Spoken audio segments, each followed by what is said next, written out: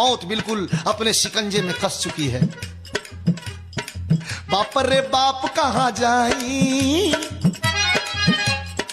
बाप रे बाप कहाँ जाई, केहू भागे न पावे। बाप रे बाप कहाँ जाई, केहू भागे न पावे। बाप रे बाप कहाँ जाई, केहू भागे न पावे। कैसे जिंदगिया बचाई, कैसे जिंदगिया बचाई, केहू भागे न पावे। कैसे जिंदगिया बचाई, केहू भागे न पावे।